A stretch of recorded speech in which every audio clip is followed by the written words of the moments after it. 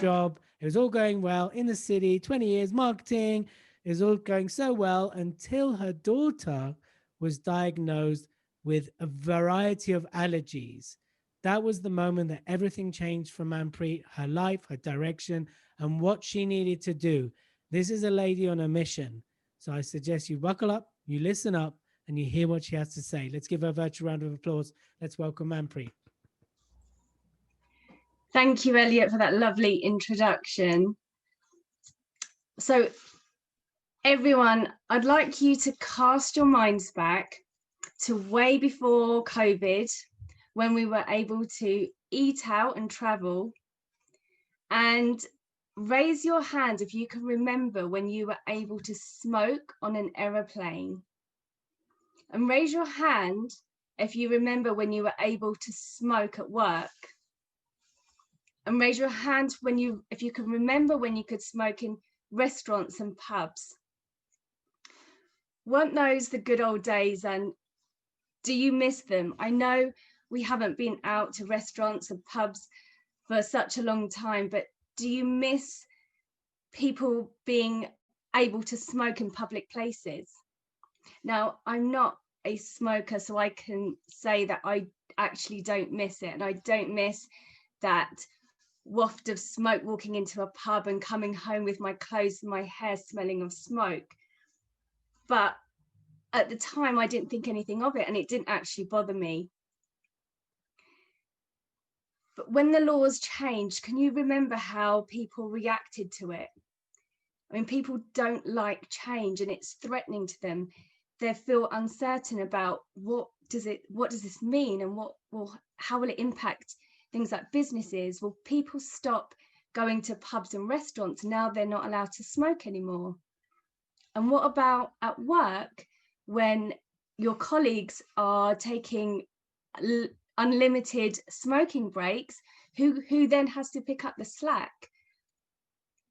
But was the reason behind the law change around wanting to take away people's freedom and their right to smoke wherever and whenever they wanted?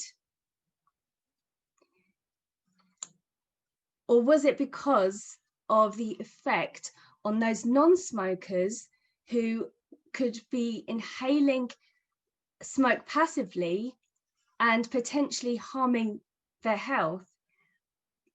Should we instead have said to those non-smokers, maybe you just don't go to work, or maybe you just don't travel, and maybe you don't go to pubs and restaurants? It's probably best if you just stay at home.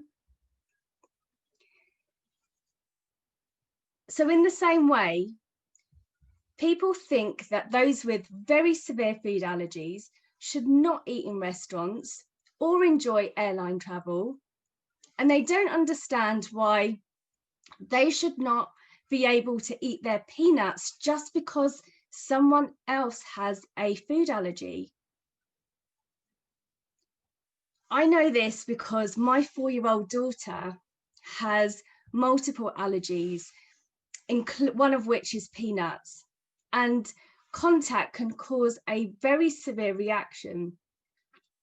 It can potentially cause paralysis, brain damage, and even death within minutes of being in contact with it.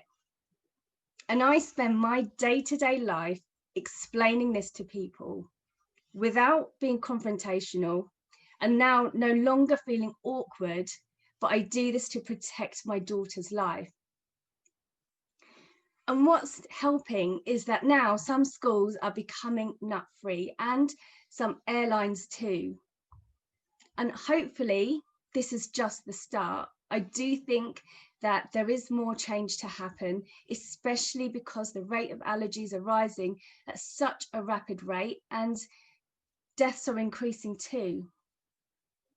What the change will look like, I don't quite know, but I just want to say to you to not be afraid and not be worried about your freedom being taken away, because when change like this is going to happen, it's only for the safety and the well-being of the collective. Thank you for listening. If you would like to find out more about my story and what I do, I'll share my contact details with you in the chat. And if you are or know anyone who is affected by severe food allergies, feel free to send me a direct message. Thank you, Manpreet. Woo! Virtual round of applause there for Manpreet. Whoop, whoop, whoop, whoop. Well, I certainly don't miss those smelly, yucky days from the nightclubs, that's for sure. But great talk. Thank you so much for that as always.